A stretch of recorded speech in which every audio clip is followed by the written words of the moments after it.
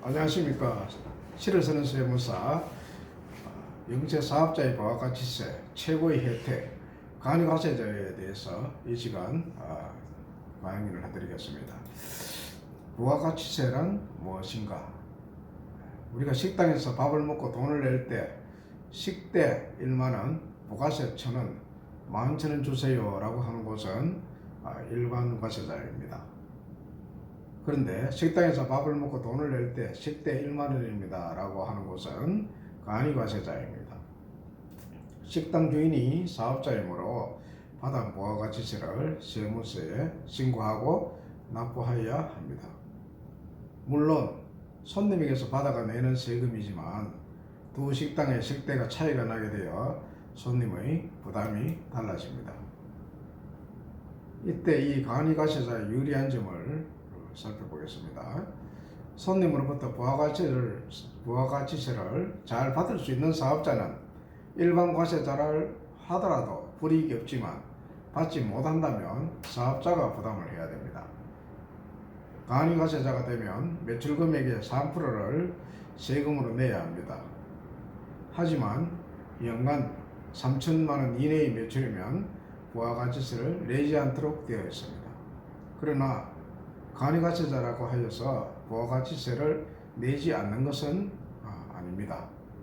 다만 3천만 원 이하만 내는 것을 면제해주고 있습니다. 신용카드로 대금을 받을 때도 간이과세자의 경우 신용카드로 받은 금액의 2.6%를 세액공제해주고 일반 과세자는 1.3%를 해주기 때문에 훨씬 유리합니다. 그럼 일반 과세자와 비교표를 통해서 한번 보도록 하겠습니다.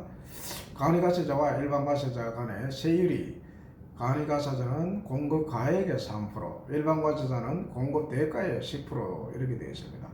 공급 가액이란 말은 부가가치세가 따로 구분되어 있지 않다. 전체 금액의 3%다 이런 뜻이고, 공급 대가는 부가가치세가 포함되지 않은 금액을 말하는 것입니다. 신용카드 세액공제 조금 전에 말씀드렸듯이 발행금액이 2.6%, 1.3% 공제 차이가 있습니다. 물론 현금 융성 발행해 준 경우도 같은 비율로 공제됩니다. 납부 최저금액 간이과세자는 1년에 3천만 원 이하 납부해서 금액이 나올 경우에 납부가 면제됩니다. 근데 일반 과세자는 면제가 없으므로 10만 원이라도 다 내야 되는 세금입니다.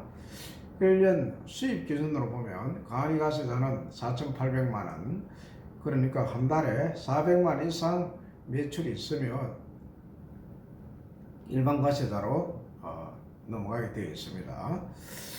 세금을 비교해 보면 간이과세자와 일반 과세자의 사이가 간격의 세금 차이가 상당히 큽니다. 매출액을 보면은 신용카드 또는 현금 융성으로 다 매출이 일어났다고 보았을 때입니다. 똑같은 4천만 원의 매출 수수료 등을 받았는데도 매출 세액을 보면 간이과세자는 3%니까 120만 원, 일반 과세자는 10%니까 400만 원. 여기에다가 신용카드 공제를 간이과세는 좀 더 받으니까 104만 원, 일반 과세자는 1.3%만 받으니까 52만 원, 납부할 세액은 16만 원과 348만 원으로 매우 큰 차이가 납니다. 그래서 우리가 간이과세자로 있다가 일반 과세자로 전환된 경우에 이 세금을 보고 깜짝 놀라는 일이 생기게 되는 겁니다. 다만 일반 과세자는 세금 계산서를 받은 것이 있으면 그 금액만큼 공제가 됩니다. 만일에 집세를 주고 500만 원의 부가세를 세금계산서를 받았다 그러면 500만 원 10%, 50만 원은 추가로 공제가 가능하기 때문에 일반 과세자는 그때는 298만 원으로 줄어들 수는 있습니다. 그러나 이때도 집세 줄 때 부가가치세를 부담한 경우에만 공제가 되는 것이기 때문에 만일 집주인이 일반 과세자가 아니면은 공제를 받을 수도 없게 되기 때문에 결과적으로 일반 과세자가 훨씬 불리한 위치에 처하게 됩니다.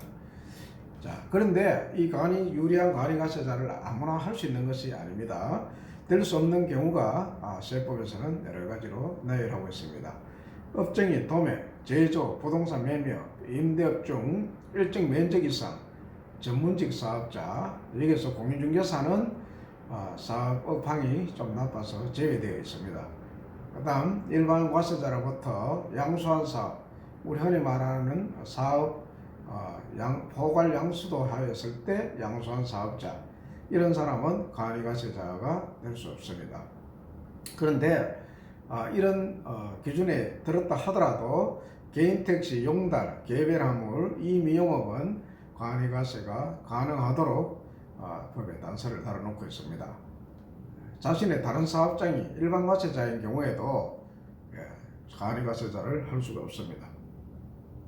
임대사업자 등록이 일반으로 되어 있는 공인중개사님은 자기 공인중개사업을 위해서 사업자 등록할 때 간이과세자로 등록할 수가 없게 되는 것입니다.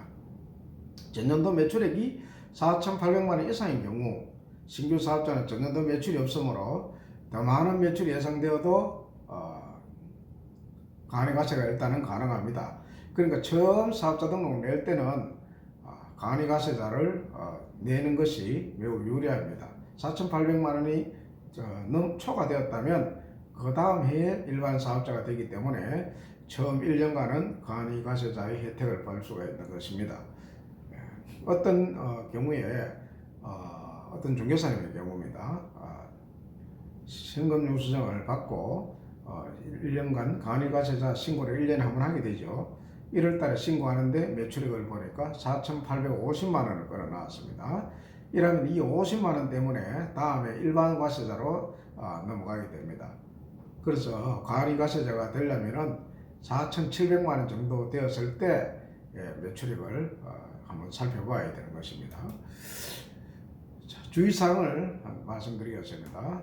공인중개사, 식당 등 소비자를 상대하는 업종은 특별한 사정이 있는 한 간이사업자로 사업자 등록 신청을 하는 것이 유리합니다. 왜 그런가 하면 우리가 부가가치세를 다 받을 수 있는 경우에는 간이사업자든 일반 사업자든 분리의 차이가 없습니다. 그런데 일반적으로 공인중개사나 식당 등에서는 부가가치세를 제대로 손님으로부터 제대로 받지 못하는 경우가 많아서 이 경우에 사업자가 대신 물어야 되는 문제가 있습니다. 또한 이웃 집은 일반이고 본인은 간이고 이렇게 하면 유리한 상황이 되고, 본인은 일반이고 이웃 중개사나 식당들이 간이로 되어 있으면은 부가세 부담이 상대적으로 크게 부담하게 되는 것입니다. 자, 매출이 4,800만 원 정도이면 넘기지 않도록 조금 전에 설명을 드렸습니다. 간이사업자 유지를 고려하셔야 됩니다. 세금 계산서를 발행하여야 하는 경우 이때는 간이과세를 해서는 안 됩니다. 공인중개사나 식당 등의 공장지대 같은 데서 영업을 할 경우에 이 기업체들은 반드시 세금 계산서를 요구합니다.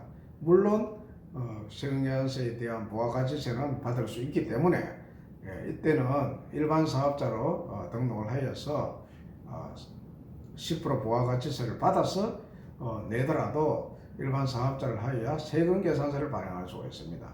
간이과세자는 세금 계산서 발행을 할 수가 없기 때문입니다. 이상으로 간단하게 간이사업자 했을 때 혜택이 어떤 것인가를 쉽게 설명했습니다.